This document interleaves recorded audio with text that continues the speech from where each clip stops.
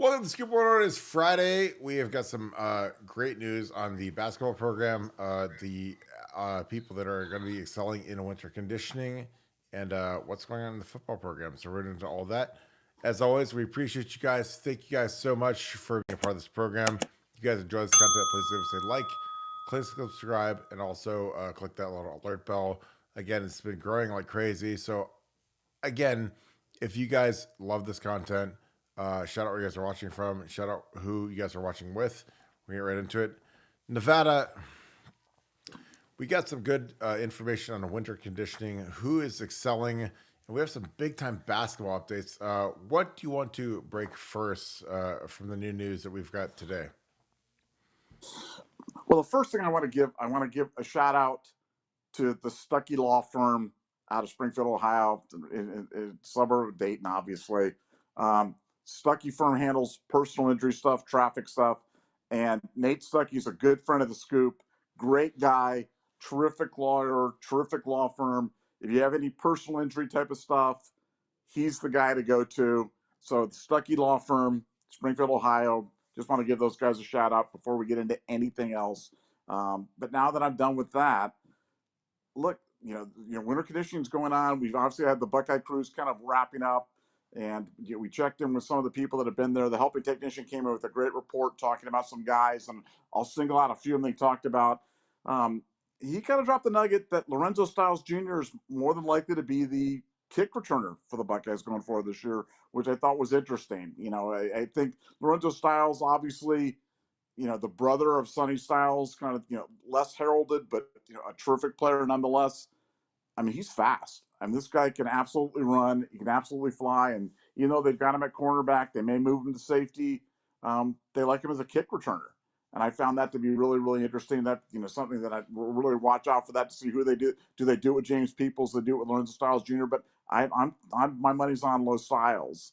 Another guy he talked about was Hero Canoe, making a move on the interior line, which I like. I love those big defensive linemen. We need some help on the interior line. And Hero's been one of the kind of the standouts of the winter workouts. And then a third guy that he mentioned was Carson Hinsman. He talked about Carson Hinsman, how Carson's been working kind of with a mental coach about some of the yips that had kind of plagued him, through the bowl prep as he's kind of getting ready with his, working on his snapping, which was something that he was kind of spraying the snaps all over the place, kept him from playing in that Cotton Bowl in any role. And I think he's kind of got that figured out, but he's fighting in there from a conditioning standpoint right now, and looking good day in and day out, and that's certainly encouraging for the offensive line. As is Josh Padilla, another big guy. He's been picked like the dude of the week a couple of times, and really a guy that's really standing out, a wrestler, guy good, really strong hands, really strong base, and a guy that's really kind of caught the eye of some of the other players. That when we talk with the other players, say who are the young guys that are kind of moving up.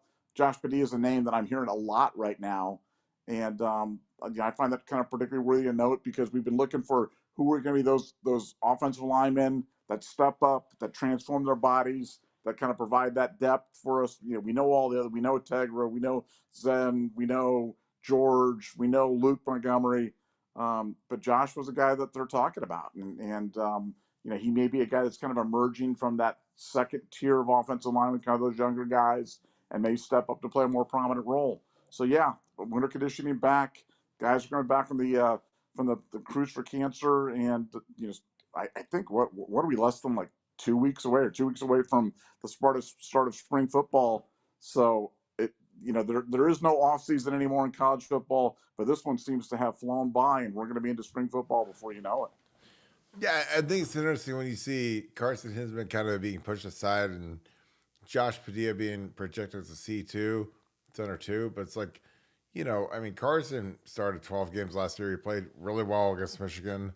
I don't want to write that kid off yet, but, guys like Lorenzo Styles Jr., he's an interesting case because he came from Pickerington, obviously went to Notre Dame for a couple of years as a receiver, had a big play against us a couple of years ago, but he's the guy that if you look at what he can do as a DB, very substantial. His career in the NFL is in the backfield of the defense. And, I think that the problem is like when you have Denzel Burke, Dave Sigmanosin, Jermaine Matthews, Jordan Hancock in front of you, it's really hard to carve out a role. But when you're as athletic as he is, you've got to figure something out. So he's got to be kick returner, punt returner, whatever. He's still learning the back end, the cornerback type role, but he's got a big upside. Sonny is obviously a guy that should be a world linebacker. Again, I think James is going to fight over him to get him to be a world linebacker. I think he's competition with Gabe Powers and CJ Hicks, with Sonny being down there with Cody Simon. Cody Simon is the one guy he created an ink at linebacker. But, if you're saying, hey, who are the two guys you want, in ink to represent you and play defense? It's like I want Sonny and Cody. Because CJ hasn't shown anything yet, and Gabe Powers is they're young guys, but and they only play two linebackers at a time. But like Sonny is a fish out of water at safety, and again he's a 6'4" guy, 230 pounds. There's just not many safeties in the NFL that are that big, but I think you have to go through all of it and just say, hey, Sonny, for your overall progression as a Ohio State Buckeye and an NFL player, you have to move and play well. So it'll be interesting to see what these guys end up doing, because again, with Caleb Downs coming into the fold, you could basically write Caleb and Lathan Ransom being in ink as our two safeties. And then you've got Malik Hartford. You got some other, Jihad Carter still back for another year. You got a lot of guys that are really talented guys that are back there. And, when you're overloaded at safety, some of those guys that are bigger should move down to linebacker. And I think that's where Sonny fits in. But I think it'll be really good. It'll be interesting. I'm really excited to see what we can do with these guys. Nevada, in terms of our basketball search, we got a little bit of information on that today. What are you hearing from our head coaches that are in the basketball search right now? Well, what I'd heard is that it was really down to three guys that they were focusing on. What they've talked about is, how do they make the job more attractive to some of the future coaches? And I heard that they kind of put together a fund of about $3 million to add to the basketball NIL, that could help them attract better players. So it's kind of something that they're going out to the coaches with, saying, hey, look, we're going to be able to raise you some NIL money. You've got, we're going to try to get a new facility. Obviously the history of Ohio State basketball, and really trying to put it together into a package to try to attract some guys. And, I think what you really had come down to is, Thad Matta was a guy that had a lot of support from some people that really are kind of longing for days gone by. And I'd be in that case. I like Thad Matta a lot. And I think, Thad had originally left Ohio State in a situation where his back was really bad, where NIL wasn't a thing, and he wasn't really willing to play the pay the play guy type of game. And I think for him, that kind of created a situation that was untenable. And he's back at Butler right now, very happy back at Butler. And while Thad gotten a call, I don't think that he's, I know that he's not interested in leaving Butler. Second one is Dusty May, who is a guy that Ohio State's coveted. A lot of teams are coveting, but apparently he's like locked in for Indiana. He wants to go to Indiana. He wants to be the next coach at Indiana. And, Woodson's there kind of on a very thin reed right now. And, I think that he's likely to succeed him at Indiana when that happens. And that leads you to a guy who I believe is kind of the choice, is kind of the consensus pick right now, which is Sean Miller. And I've heard that from a number of different people. Helping technician had texted me. He said he thinks the pick's in. He thinks it is. He thinks Sean Miller will be the next head coach of Ohio State basketball. I'm not sure if that's exciting to some people. I'm not sure if that's depressing to some people, but I think that's going to be the guy. Clearly he had some great years at Arizona. Lately, he hasn't been as good. People can come up with lots of reasons why they think that is, but I think he's going to be the next head coach of Ohio State basketball. Could be wrong, and if I hear something different, I'll let you guys know. But I think that's going to be the pick. I think he's the guy. I mean, I think that Jeff Bowles is the guy who's like the number two Sean Miller, I think, is a little bit more exciting than Jeff Bowles, but Thad was the guy that a lot of the money guys wanted, aka Mike Conley, Evan Turner, those guys. Um, and if they can't get that, Thad was like very much against coming back. They wanted Jeff Bowles to be the number two, the guy, but if Jeff can't get the job, Sean Miller will be the guy. And it'll be interesting to see what the NIL program looks like when you don't have the guy that Mike Conley and Evan Turner want, which is the hard part, is like when you're looking at modern college basketball, modern college football, NIL is so imperative and important. You have to understand that, like, when you can hire Thad Matta and get $4 million in NIL right off the jump, it's attractive. But if you've got guys that are, not interested, like Thad isn't, Dusty May is not interested because he wants to go to Indiana next year. You have to figure out what's the next best program. So I'm excited to see what we can do with Sean Miller. I think he's the next coach at Ohio State. Nevada, do you think that the crowd will react positively towards Sean? Because again, like 10 years ago, he was like the guy. He was like the Jay Wright, but he has kind of been crestfallen after the Arizona scandal. He's back at Xavier. But what do you think? How do you think the crowd will react when Sean Miller is the next head coach at Ohio State? Well, I think people are going to give him a chance. I think it's like anything. If he wins, everybody's going to be with him. If he doesn't win, it's going to be it's going to be a tough road. I think the question is how long of a honeymoon does he have? And it was funny listening to Krzyzewski was talking about, he was kind of panning Ohio State for the Holtman firing. And he's like, oh, if Duke had been that, quick to pull the trigger on me, I'd have been gone in my third year. And it's like, Mike, this is Holtman's seventh year at Ohio State. So it's not like they fired him after 3 years. So, how long will the honeymoon be with Sean Miller? I mean, I don't know. I just think winning in college basketball is a tough gig. And I think it's why so few people do it consistently. And I think it's I'm not saying it's luck, but I think there's got to be some good fortune that comes along, with having a good program and getting your NIL dialed in and doing your stuff. Because in the old days, it was just completely filthy with AAU coaches and just payola, and that was the only way that you could get guys. Now it's just partially dirty, but college basketball is a dirty, dirty business, and not many good guys. There's not a lot of heroes in the college basketball world, in my opinion, and that's why I like Thad Matta so much, because Thad Matta wouldn't play that game, and I respect him for that. But not coming to Ohio State, so I wish him well at Butler. And I agree with you. I think Sean Miller's the guy. If and when he is the guy, he's got my full support, and I hope he wins big. And I love your sunglasses. You look like Max Headroom right now. We're out here Gucci. But my question is, if you're the athletic director, so say Nevadabuck is the new athletic director at Ohio State, how much does potential NIL fundraising factor into your hiring of a coach? Because, the thing about Thad and even Jeff Bowles, who's like a lesser Thad, Thad's top assistant, if you have guys like D'Angelo Russell, Evan Turner, Mike Conley saying, hey, we'll pledge millions. I'm talking, if Thad gets hired, you get $4 million right in the bank right now from NIL. Like, how much does that factor into what you're deciding as an athletic director in terms of hiring? Because, in basketball, it's so different from football because you've got 15 guys on scholarship.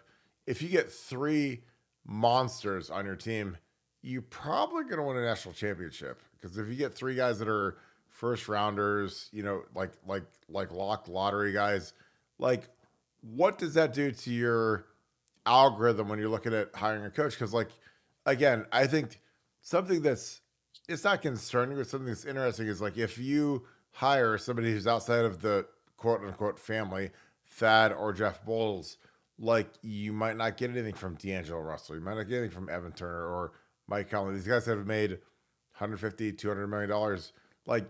What does that go in your opinion? Does that factor? Does it not factor? You're just this is just kind of stuff that'll just float away in the wind, or it's these guys will give a lot of NIL money, so we better give Jeff Bowles a shot. Look, I think it's got to be a factor, but I don't know if it could be a determining factor. The determining factor has got to be, who do you think can ultimately win with the program? Because if you win, you'll raise money. You'll raise money from ex-players. You'll raise money from boosters. You'll raise money from corporations. You'll raise money. So winning solves all those issues.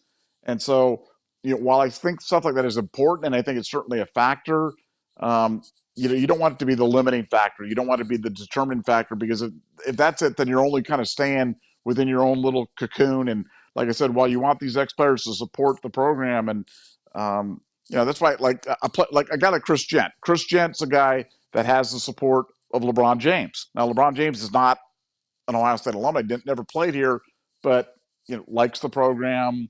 Like, I don't know how much he's really financially supported the program, but um, could LeBron James's influence on Ohio State be a positive one? Of course it could.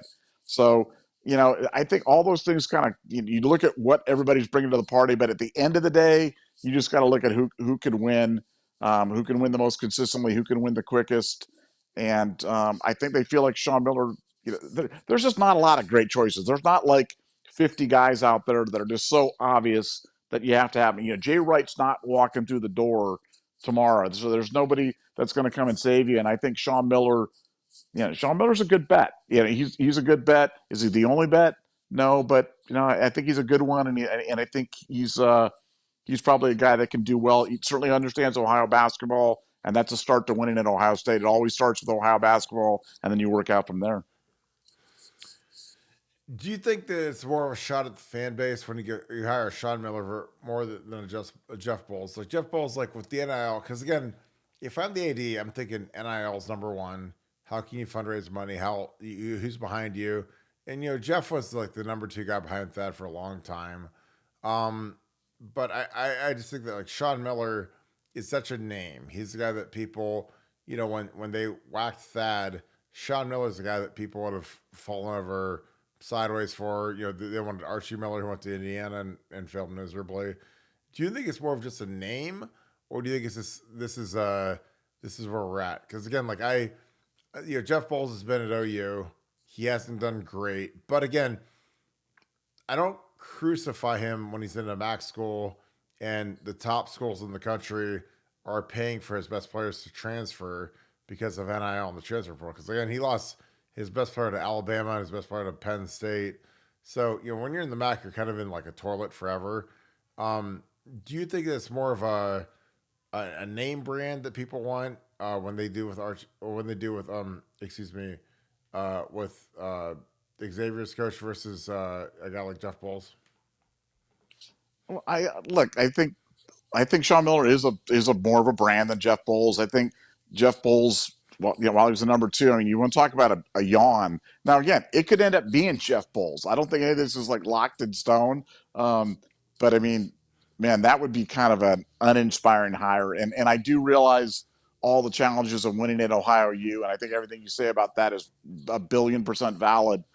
Very, very difficult to win at these mid majors, these smaller schools, when everybody's just kind of using you as like a farm team to the bigger ones.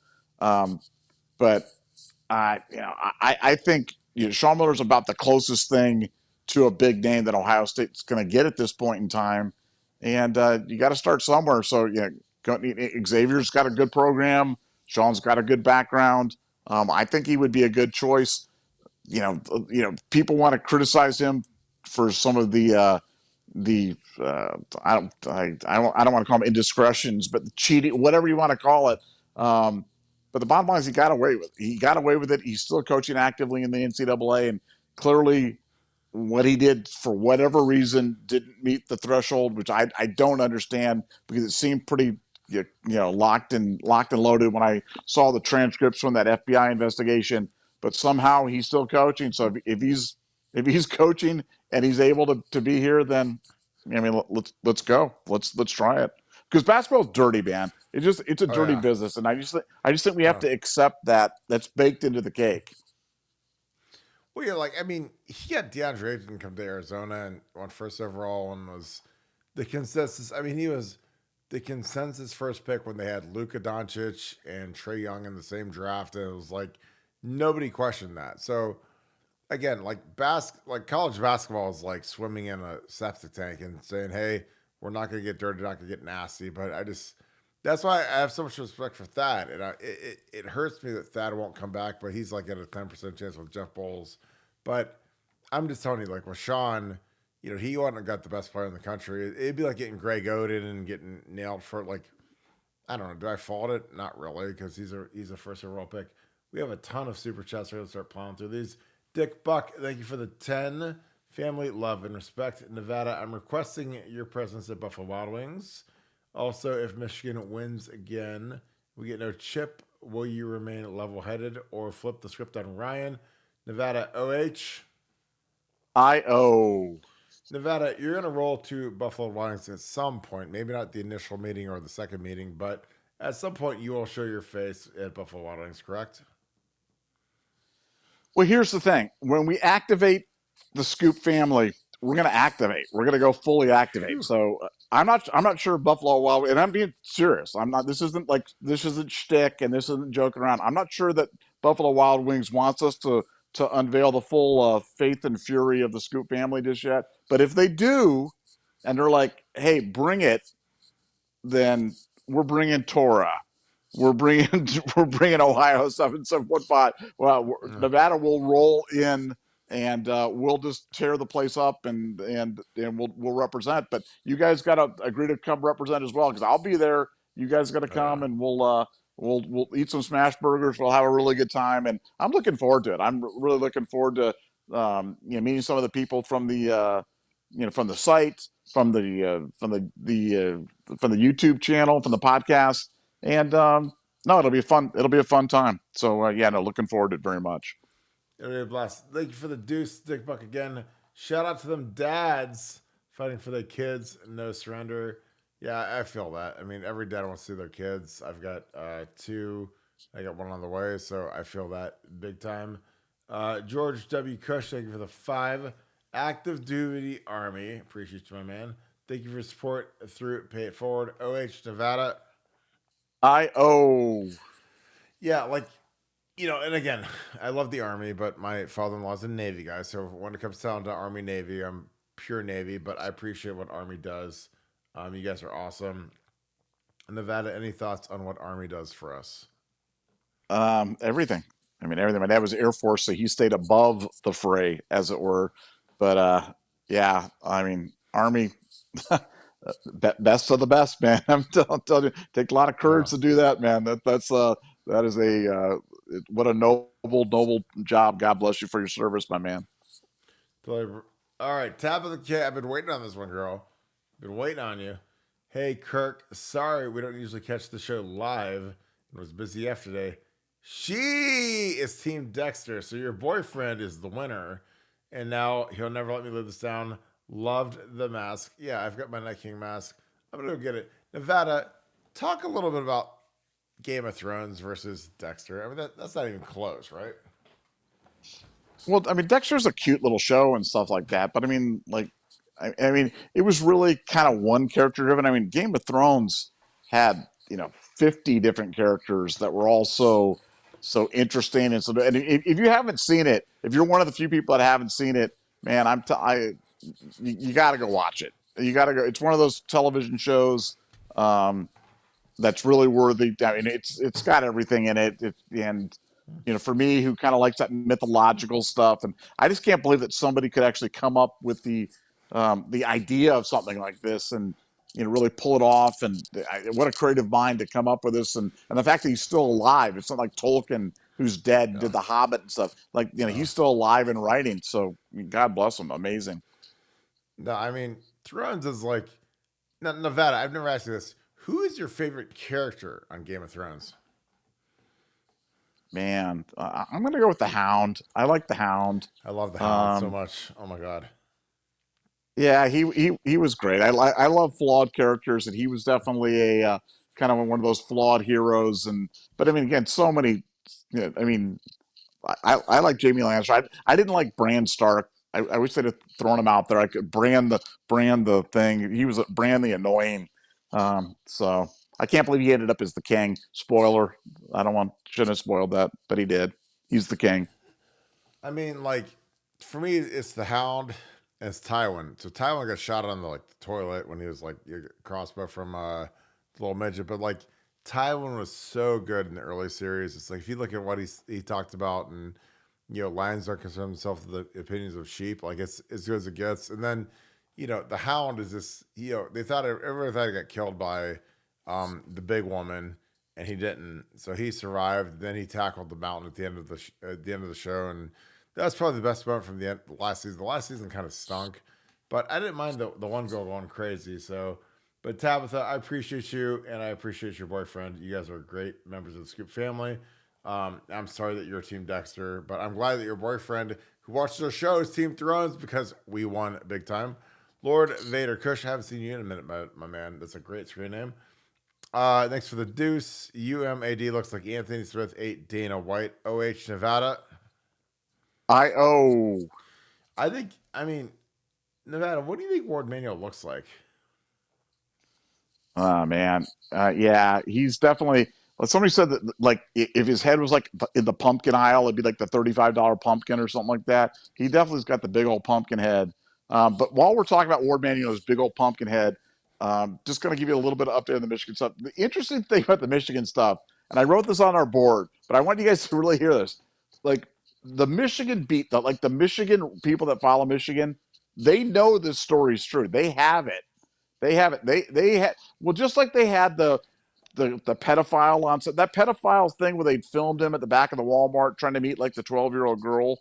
That stuff had been there around Michigan program for months, and none of them would report it because they didn't want to put the program in some sort of disfavor. So they would cover up for a pedophile rather than reveal the fact that that was a Michigan staffer trying to meet with some 11-year-old girl or whatever the heck that thing was. That's how dishonest and disingenuous the Michigan beat is. Well, the story that we reported yesterday, they have it.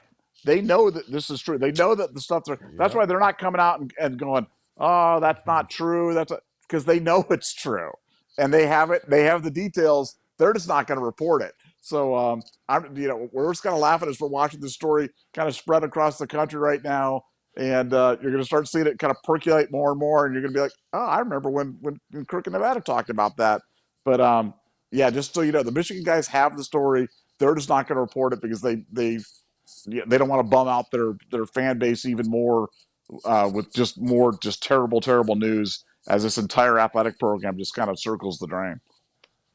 Yeah, I mean that's the thing is like, it's funny because like we're not chained to any department or any SID, and it's like so we could report stuff that we've got well sourced like yesterday and talk about Michigan's about to get hit by a sledgehammer, then a nuclear bomb. So it's like what Ward Manuel's done is despicable. It's terrible. He'll be gone.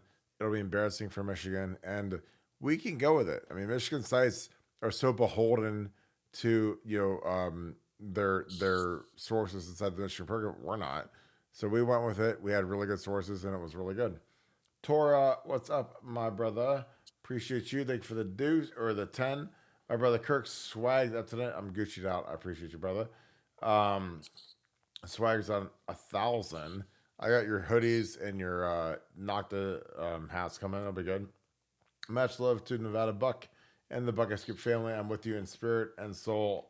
Tora, Nevada. Thoughts to our boy Tora. I'll be hitting him up tonight.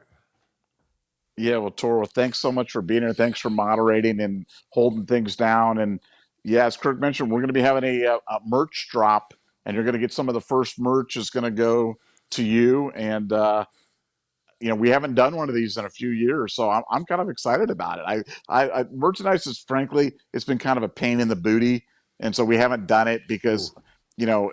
you get a lot of complaints, and I got the wrong size, and can I get this in a blue? And yeah, I mean, there's just all sorts of questions, and I don't think people realize how difficult it is because one, on merchandise, you don't make a lot of money, and two, it's kind of a pain. But despite that, because of the overwhelming demand, we're going to do it. We're going to do a merchandise drop, and it's going to be awesome. But Tori, you're going to get some of the foot stuff hot off the press to you, my brother. So I appreciate it, and look forward to seeing you in the swag.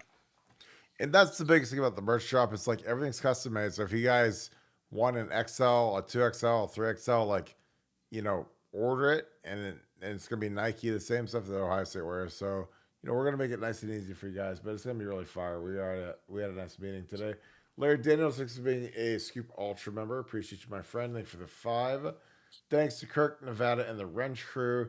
This has really become a fun and informative fan space and family friendly. Thanks. Nevada, your thoughts on this being family friendly? Because that's like one of the things we're really proud of ourselves on. Yeah, well, it's just something we talked about when we started this podcast. We're like, we're not going to swear. We're not going to talk about stuff that we don't think that we'd want to hear our kids heard us talk about or whatever it is. And we want something that's a show that's open for everybody, that everybody feels good and they can come and we'll answer any questions. We'll always be honest with you. If we don't know, we'll tell you we don't know. And I think a lot of times people get hooked into that. They get asked a question, they feel like they got to come up with an answer. If I don't know, I'll tell you I don't know. And when we have it, I'll say we have it. And if we don't have it, I'll say this is what we think. And if we don't have it at all, we'll go, I don't have any idea what you're talking about. But yeah, we try to keep it family friendly. And when we get comments about people watching with their wives, with their kids, with their significant others, it just makes us feel good. It makes us feel like we're kind of hitting the right spot. And we look forward to hanging out with you. So I'm glad that you look forward to hanging out with us because this is the best part of our day. Is this end of the day kind of summary, wrap up everything we've heard throughout the world of sports affecting Ohio State and especially Ohio State football. We give it to you at night and just glad you're here. Totally agree. Donald and Karen Rosbeck, thanks for being a Scoop Ultra member. Thank you for being awesome on our BuckeyeScoop.com message board. So the Michigan sources say Nevada is leaving Scoop to work for them. Is this true? Nevada OH. IO. That is that's funny. So Well, no. Here's the Michigan sites. Here's the thing. Caleb Downs and I are both leaving Ohio State, and we're going to Michigan. I got to just say about the Caleb Downs thing. The Caleb Downs thing was like one of the greatest. It's like Caleb Downs is homesick, so a kid that was born and raised in Georgia and going to Ohio State, it's going to leave and go to Michigan. It's like, does anybody go through the logic train on this thing? You got to go, well, that makes absolutely no sense at all. But yeah, welcome to the internet in 2024. Anybody can write something anywhere, and people just run with it. And last year, the big story was Marvin Harrison leaving Ohio State to go to USC. That was a big one. We got asked about that probably 50 times. And this one is Caleb Downs is homesick. And so he's going to move to Michigan, a place he's never been before, and to Nevadabuck defecting to go to Michigan. I should defect and go to the Michigan sites because I've got way better information on Michigan than any of those other people do. And so, yeah, they could use me, but I don't think those Michigan sites, they all charge 7 cents per month and $1 per year and stuff. They can't afford us. So, nah, I'm not going to Michigan. I'm staying with you guys. Well, and they also sit on information like this because they're all beholden to the slaveholder, which is the SID. It's like the Ohio State says they chill.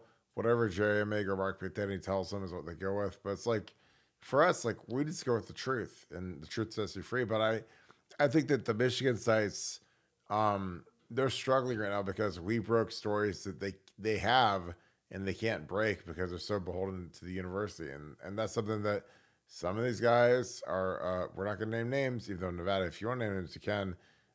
Chris Ballas.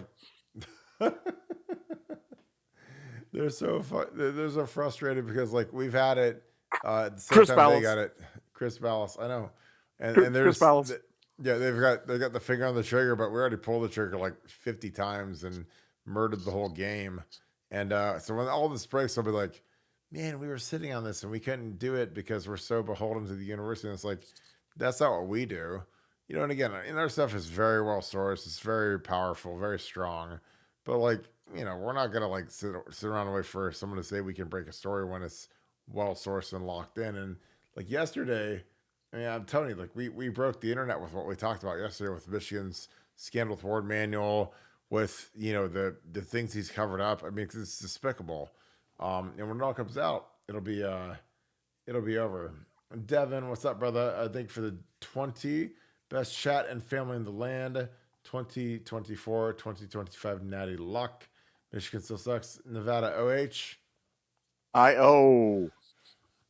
I mean, Devin's the best. We got Devin and we got Torres. So we have Akeem and Devin. Your thoughts on Devin? He's been out here just killing it every day. Devin's another, again, first ballot Hall of Famer here for the podcast. Just a stalwart guy representing every night. Love it. And as for Michigan sucking, look, Michigan sucks so bad. And it's I enjoy. I don't know if you guys have noticed, but one of my guilty pleasures is when these stupid Michigan fans come in the comment section and they're like, "Oh, nothing's gonna happen." I always go, "You want to bet? Do you care to put real money on this?" And you know what happens? Then they shut up because it's like none of them want to do it. They just want to sit there and flap their mouth. But when you sit there and you say, "Look, I'm willing to put real. I'm your Huckleberry. I want to put up real money that you're wrong about this. That nothing's going to happen to Michigan. I'm willing to bet you real money about it." And then they all climb up. So yeah, Michigan sucks, and they're all cowards. But I don't even know why they're here. Why Michigan? Why are you here? Oh, I'm doubling up on you because someone's like, "What's the link?" And I was like, "Let me send you the link real quick." Kirk Barton just dominating the technical aspects right now. This is, guys, Well, you understand? This is what I deal with. This is my technical partner here, Kirk Barton. people are like, "I want to tune in. What's the link?" And like people that they have no proficiency on YouTube, I'm like, "Search Buckeye Scoop. It's fine." And they're like, "I don't know how to do that." So it's like, yeah, I deal with people that are older. They're not very astute. So it's like, here's the link. I send it to them, and they're just like, "Good Lord." So, but again, we're here. We're it's Friday night, so it's like most people are out on dates, bowling, kicking it, and me and you're here talking about Ward Manuel, Sonny Styles, Lorenzo Styles Jr. So again, it is what it is. But again, that's why we're breaking everything. That's why these Michigans. That's why Nevada. Talk about there's an entire podcast that didn't source us that talked about all of our information that we broke yesterday, and they did. It's a big podcast, but they're just like, "Oh, we hear Ward Manuel's on the outs." What are your thoughts on that? Yeah, no, I'd heard from somebody that maybe they did give us attribution at some point, but yeah, I don't listen to their show. But yeah, the story is definitely kind of caught on. And we say to everybody who uses our stuff, it's totally fine. We don't mind being source material, but just give us attribution. That's all. Just attribute the stuff to us because this is where a lot of this stuff, I mean, for the Ohio State beat, this is where 99% of the stuff originates from. But from Oh outside of God. this about Ohio State, it's probably like 100% of where the information does. So just attribute it to us. We appreciate it. And yeah, and Ward Manuel does have a big pumpkin head, man. I'm telling you, I can't get that vision out of my head. That's a big, big head. I mean, like you've got like a normal size head, but he's got like a giant head. I mean, And he's like John. what size fitted hat do you wear? I wear like a 7 3/4.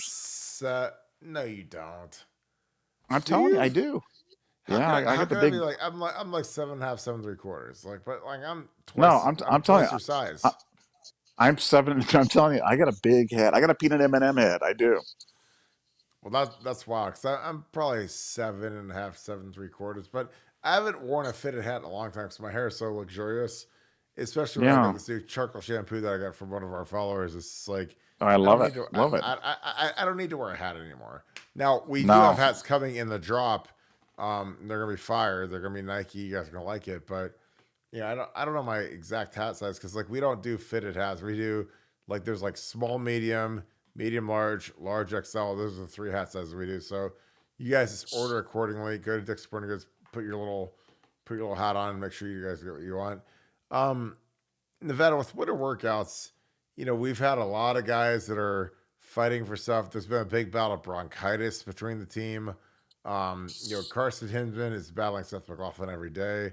I think that's a very tight race. I think it's a lot tighter than people think. Um, who are you excited to hear about as we get into spring ball in the next 2.5 weeks? well, yeah, I want to see the tight ends, man. I want to see Kazmarek, how he's kind of come along. Jelani Thurman, who's a guy that, boy, this guy started the Cotton Bowl. I mean, against all, they trotted him out their first play of the Cotton Bowl, and he's got more physical ability, uh, maybe since any tight end that we've had since Ricky Dudley. I mean, he's that physically gifted, but he's kind of got to get it together. And I want to see how our tight ends are doing, what we're kind of shaping up in the tight end room, how we're going to utilize the tight ends. Because Chip Kelly's used them as a key point of his attack. Now, that's been primarily because he hasn't had elite wide receivers. So it's going to be interesting to see how does he deploy the tight ends. Who are the tight ends that Ohio State's kind of rolling out there? Ryan Day's loved to do that with G. Scott. Last year he loved to bring in multiple tight ends. Dress the additional linemen as a tight end, put them in there. But I want to see how Chip Kelly kind of deploys them because we don't talk about that a lot. We talk about the running backs, we talk about the wide receivers, we talk about the offensive line to death. But I want to see what he does with the tight ends because I think it's really going to be wild to see Chip Kelly running the Ohio State offense with this group and see what he can do with these guys. I'm going to be watching those battles closely. Yeah, I think that the tight end position is probably the weakest position on the team. It's that linebacker, so we have to figure out who's going to be the starter. It's going to be G. Scott. Jelani has to get his act together. I mean, he's got all the talent in the world, but he's kind of all over the place. But I think that'll be interesting because, again, we usually run 3 wide receivers, 1 tight end, and we got to figure out who's that guy. Is it G? Is it Jelani? Our tight ends couldn't block, my baby girl German Shepherd last year, so we have to be a little bit better at this. But I think that, when you get into everything that Chip does, I seen that clip last night of his UCLA running game versus Washington State, and it was beautiful. I mean, the stuff he does is so hard to defend. It's so amazing. Just super excited about what he can do. Nevada, what is your thought on Chip running the offense? I mean, we've had really good nights. We've talked deep into the night about, the offense and coordinator and play calling. How good is it with Chip Kelly calling the plays? Well, it's going to be amazing. I think what's going to be amazing. It's going to allow Ryan Day to fully develop as a coach. It's going to allow Chip to get back to the things that he really loves to do, that he's really proficient at doing, that really he might be the best to have ever done at the college level. And we've never seen at a major college level with the big teams, Chip Kelly only being the offensive coordinator. We've seen him as the head coach, but we've never really seen him at the major college level as just the offensive coordinator. So understand what we're going to see at Ohio State this year is something that no one's ever had a chance to experience before. Maybe the greatest collegiate play caller, greatest collegiate offensive coordinator mind of all time, only focusing on calling the plays and doing it for Ohio State. So I think it's going to be amazing, and I think it's going to be amazing to see the triple option fully deployed at Ohio State with capable quarterbacks. You're not talking about quarterbacks that are limited, that aren't, that are limited passers or whatever it is. You're talking about guys that are, legitimate NFL prospect types of quarterbacks, just from a passing perspective, presenting a triple option attack against defenses in 2024. I think it's going to be unbelievable. I think we're going to light the scoreboard up. I think we're going to put up video game numbers, and it all starts in 2 weeks with spring football. So I can't wait. Can't wait for it. Super Nerd, thank you for the 5. Can the NCAA vacate a CFP natty? Michigan fans say that they can't, but I don't think there's any real precedent for something like this. Well, you guys saw the 1999 team get honored at the Schottenstein Center, and they're not allowed to hang up the Final Four banner and all the other accolades that they won. So, if they can take that stuff down, I'm sure they can take down a national championship. Nevada, do you think that the NCAA will vacate a CFP championship from Michigan, or what other rulings? And again, I'm not trying to put you into a corner because I know you don't want to do that. What kind of rulings do you think they're going to grant when they smack Michigan in the next few months?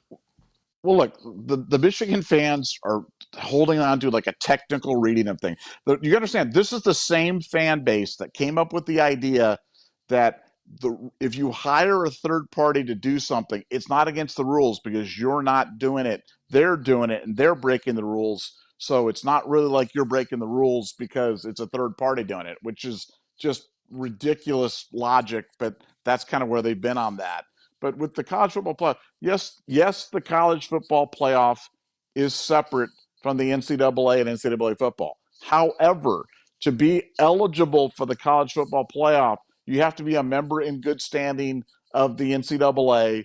All the people that are on the college football playoff committee are from the NCAA. So if you are deemed to have vacated games earlier in the season, and that's always been my big point, was what's cost Ohio State national championships has not been losing just the big games, the rivalry games, the games at the end of the year, but it's been losing to Purdue or losing to Iowa or losing to Michigan State or losing some stupid game along the way. And that's what Michigan was able to dodge this year by cheating.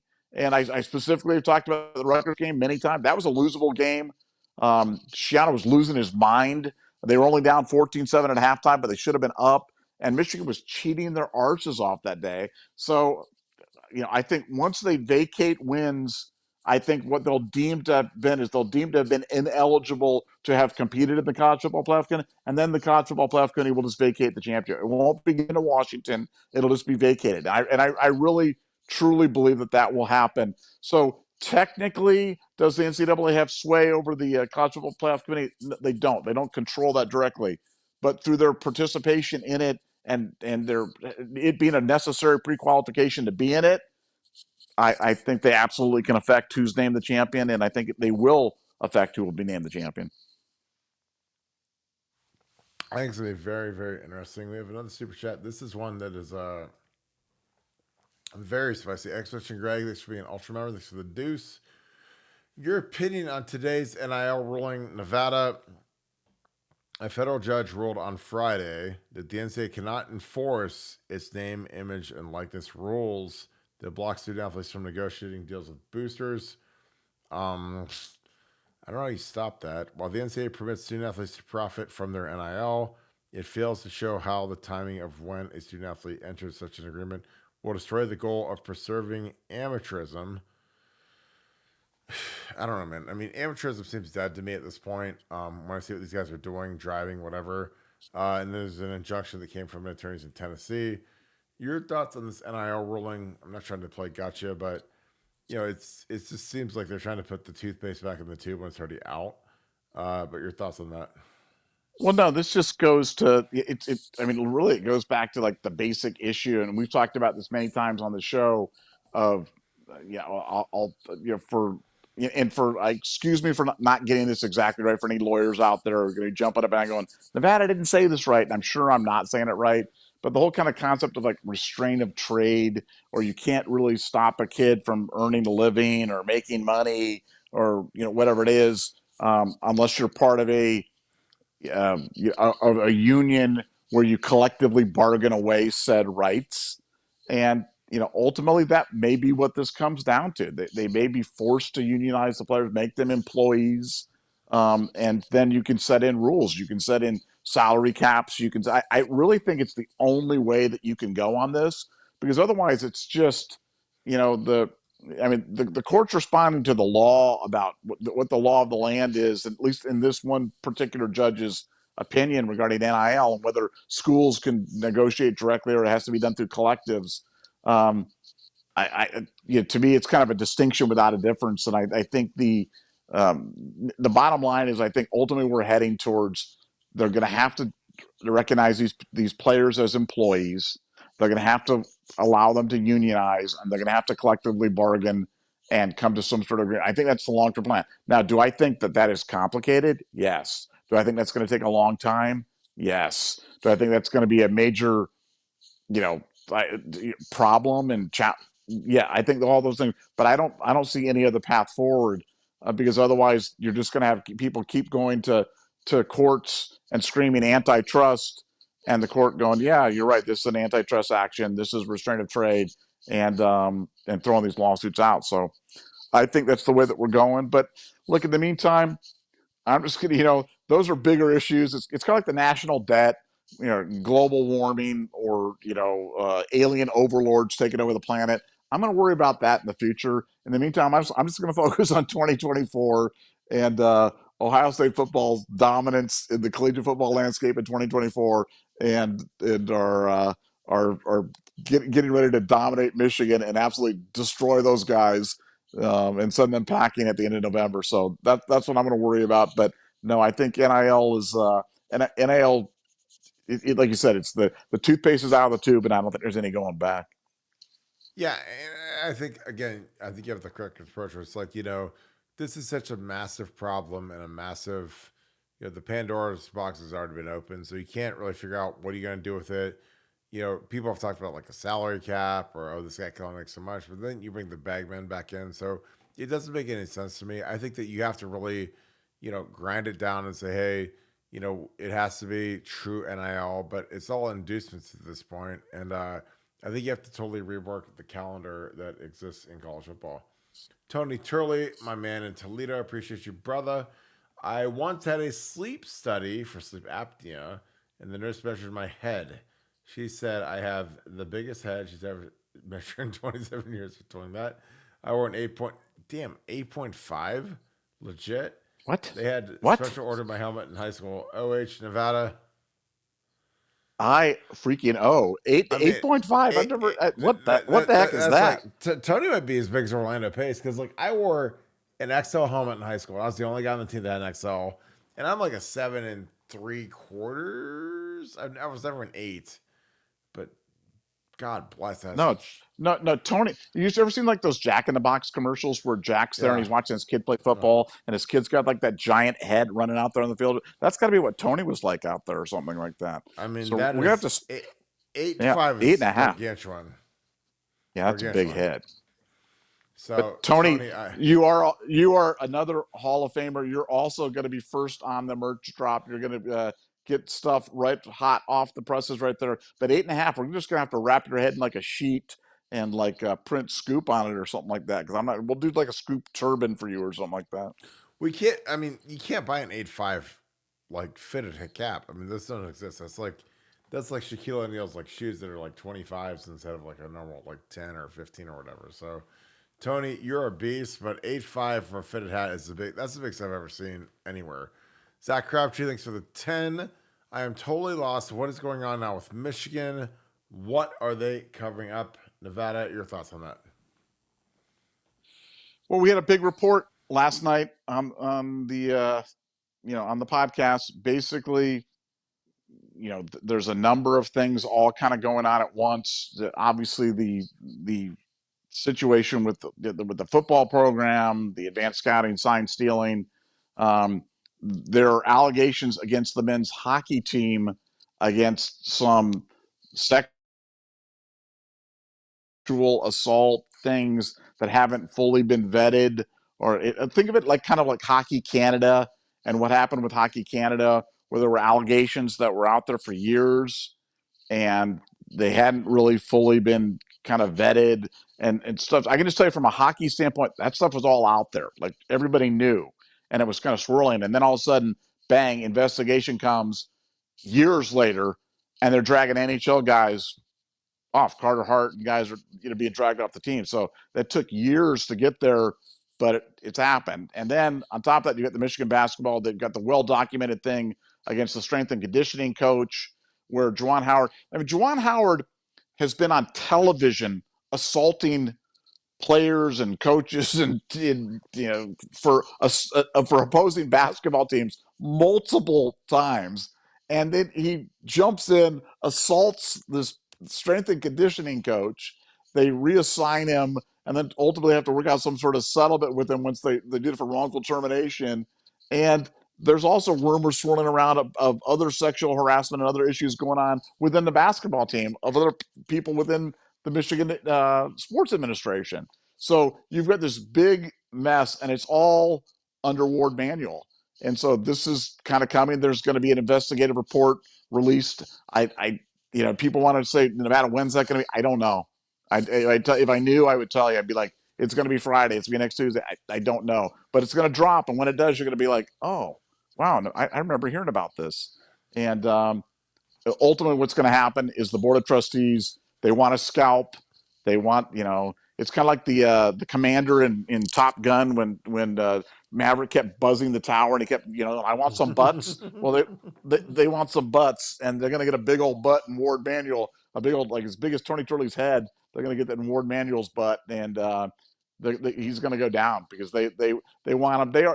The fan base already hates the guy. They blame him for the Harbaugh stuff. But he came in as a very respected sports administrator. And basically now you've got the Michigan program. The fact that they let Juwan Howard still go out there and represent them just shows you how disgusting that program is. That guy should have been fired the first time this stuff went down. I mean, this is multiple, and you don't have to get, like I said, the stuff that I've told you about the strength and conditioning coach stuff. I told you about stuff, but the other stuff you've seen, you saw him punch an opposing coach in the handshake line. Like, Yeah. how do you survive doing that? That's just when you're a program that you're just like saying, I don't care about anything else. Just win. Just be successful. Get us to the Elite Eight. Get us to the Final Four. I don't care. Whatever. As long as you win, you can do anything at Michigan, and it's okay. And that's where they're at. And this first step is going to be firing the Buffoon Ward manual, and that's coming down. Totally agree. I mean, it's going to be coming down really quick, and I can't wait for it all to break because we already had it first. Jeremy Moreland, thanks for being an ultra member. Thank you for the 5. Nevada, how do you feel? I know you're going to feel about this, about the new anti-cookie / cake deal with recruits. Shake my head. They are no longer allowed to decorate a hotel with a cookie cake that says, "Welcome Nevadabuck. Glad to have you. We've got all these hostesses here, all these pretty girls, but you have a chocolate chip giant cookie cake like you're from the mall with your name on it. It says Nevadabuck in like chocolate frosting." How do you feel about that? Well, I find the timing really suspicious because Nevadabuck, I have 5 kids, okay? And so I'm down to my 5th kid, and my 5th kid is going to be the one that's probably the most recruited out of all of them. Yep. And now, just heading into recruiting season, they've got rid of the cookie cake. Trash. And so what does that mean for me? That means no cookie cake in child number 5's room when we get in there to check on visits, and maybe even an official visit to Ohio State. So to say that I'm dismayed about, I was so upset about the news last night that I did go to Johnny Rockets and I did get a strawberry and Oreo shake, and I did send a picture of that to Kirk Barton, and he did get that, and he's like, yeah, I understand you're upset about this, but heading into recruiting season, finally, I wait my entire life to have like that highly recruited athlete, and I'm looking for that cookie cake, and it just snatched from me at the last minute. So you can imagine it's kind of jarring and very upsetting. So I'm still processing the whole thing. Would you term it a travesty at this point? Yeah, this is bad. This is one of the worst things that's ever happened in my life, and it's bad. It's just bad. It's just bad. I don't even like talking about it. Makes me upset. You have to understand, like you've planned this for a long time, because like your last child, you plan to have her born in January, so she could be dominant, and she's also, you've paid for all these hockey lessons, all these travel programs, and all you wanted out of it was a cookie cake like you get in the mall with frosting that says, Nevadabuck. Welcome Nevada. Welcome Nevadabuck. Come through. Yeah. Penn State might give you 2 of them because they've got so much money for their girls hockey team. But I'm just saying, it's like you've waited all this time, and they say this. It's like snatching, victory from the jaws of defeat. Is that how you feel right now? Yeah, it's more like snatching defeat from the jaws of victory. I was there, man. I was spiking the ball, and now it's all gone. So, yeah, it's hard, but I think talking about it helps me, and so I appreciate you bringing it up. Well, that's what we do on. Well, like we're on Buckeye Scoop Radio right now. Like we just try to like make sure that you're like mended mentally, physically, from the fact that you're dodging 2 gigantic cookies that you could have eaten, probably whole milk, and probably not messing around with no skim or 2%, because those things are delicious. But again, the haters are out there, and they're out there in full force because they know that the one thing, there's only 2 things in life they can take from you, because you've been so successful in life, you've done so well in life, Nevada. The only 2 things they can take are your cookie cake and your tennis sign. And it's like when they take both of them, then it's time for war. It's like Civilization, like Civilization 5, level 6, maybe 5, maybe 7. Not deity, but you're probably a king.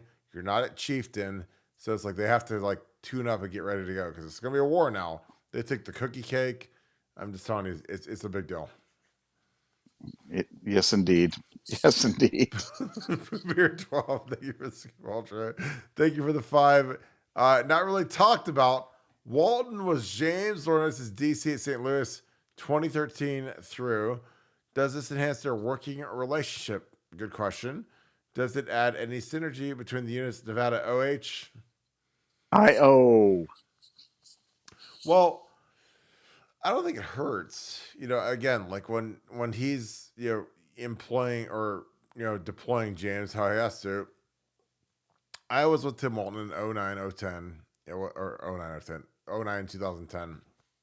And really good dude. Did have a big relationship with him because he's a corners coach as a lineman.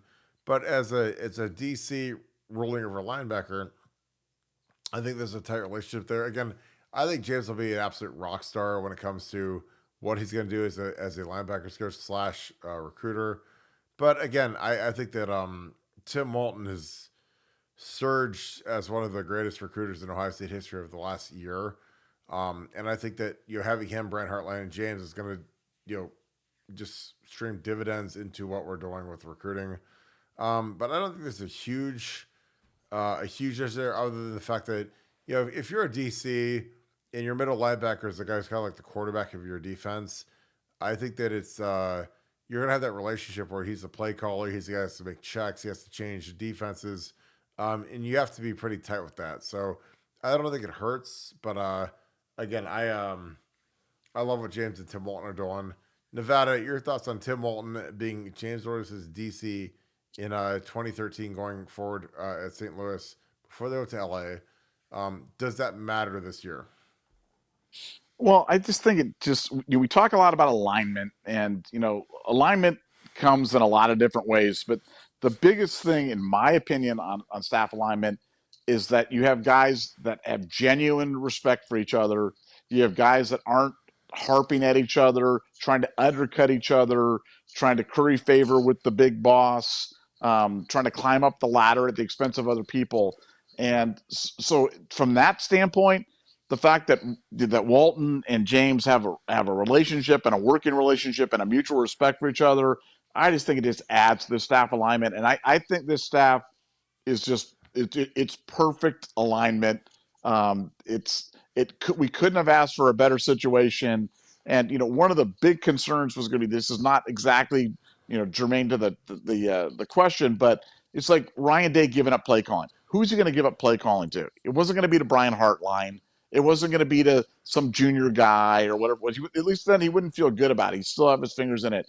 But Chip Kelly, yeah, he'll feel good about that. And so, back to the question with Tim Walton and James Laurinaitis, is Tim Walton going to be undercutting James Laurinaitis or crap talking him to other people on the staff, or saying he doesn't know what he's doing, or he's that guy's not a very good linebacker? No, that's not going to happen. There's going to be a lot of respect. These guys have a relationship that goes back. He knows what kind of player he was. How he approached the game. And I just think it's just going to add to and that hasn't always been the way that it's been with staffs at Ohio State. And you know that from firsthand experience, Kirk. You've been on staffs where guys were like beating each other to death, underhanded, taking passive aggressive shots or doing whatever it is. And there's not going to be that going on with this Ohio State staff. And I think it's going to be beautiful to watch. And I think it's going to pay big dividends in 2024.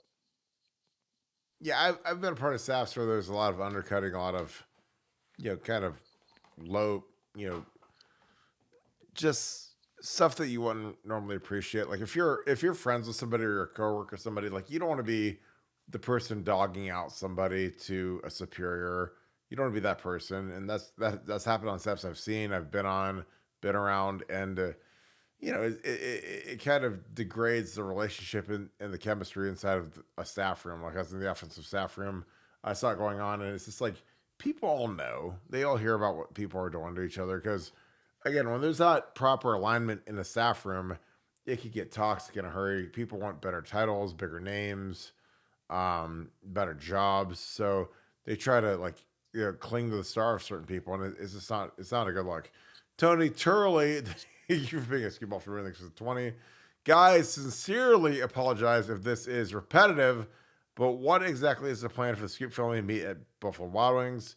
I don't remember hearing details, and I want to be there if possible. Double Nevada OH. I-O. So, at the bare minimum, we're going to do a meetup in Grove City in August. Now, we don't have the date yet.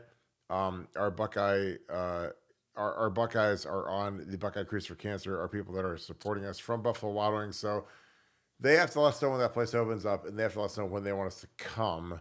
It's going to be a grand opening. And I told him, like, look, if we have a grand opening and I send the bat signal, we might have a lot of people show up for it. I mean, people flying from all over the country, driving from Toledo.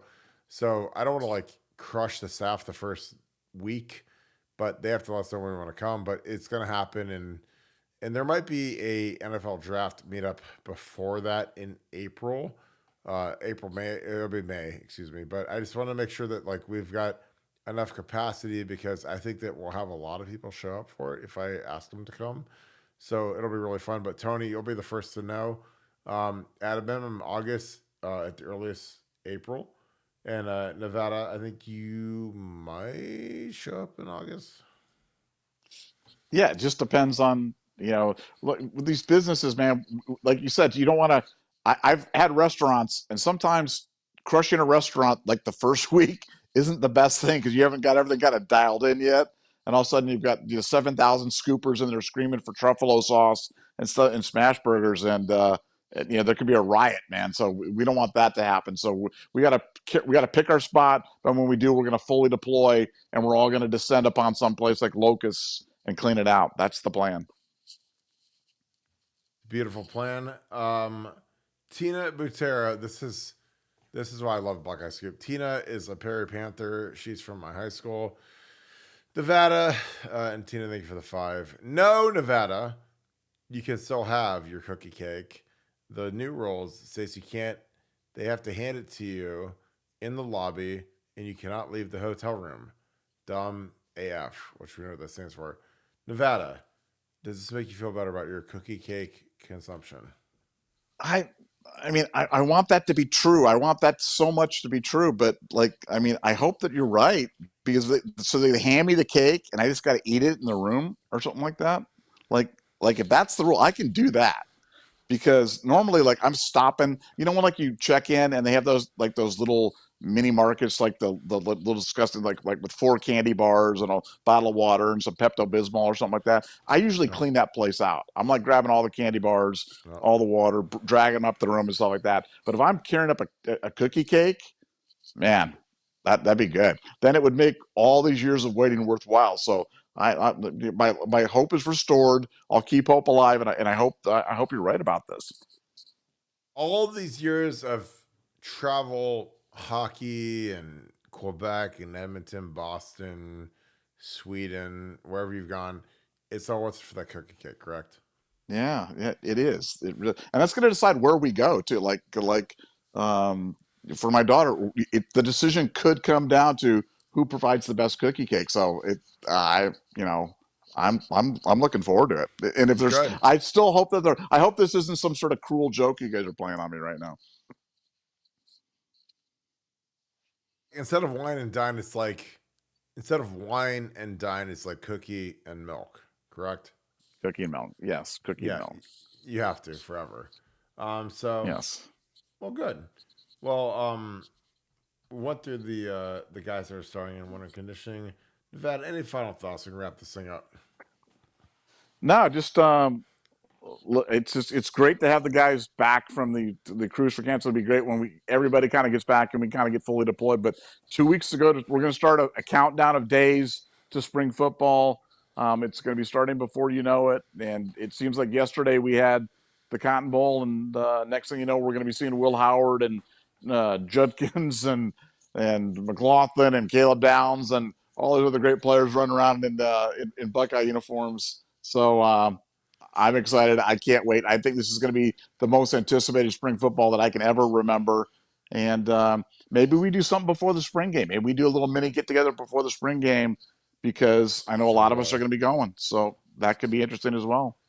That would be, I think that'd be pretty fire. So we'll get into that. Thank you so much as always. We appreciate you guys. If you guys enjoy this content, please leave us a like, click subscribe. Also click that little alert bell.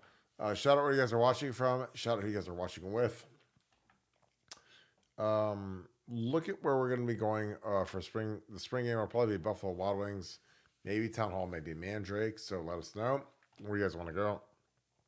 Put that in the comments. Where do you guys like to have a pregame meetup before the spring game? Again, April 13th, right in the middle of the month. It'll be a blast. I think it's going to be really fun just to see Will Howard, Quinton Judkins. Those guys won't play much, but it'll be fun to see them out there getting after it. So let me know where you guys want to meet up at, and we'll make that arrangements, and we'll come through.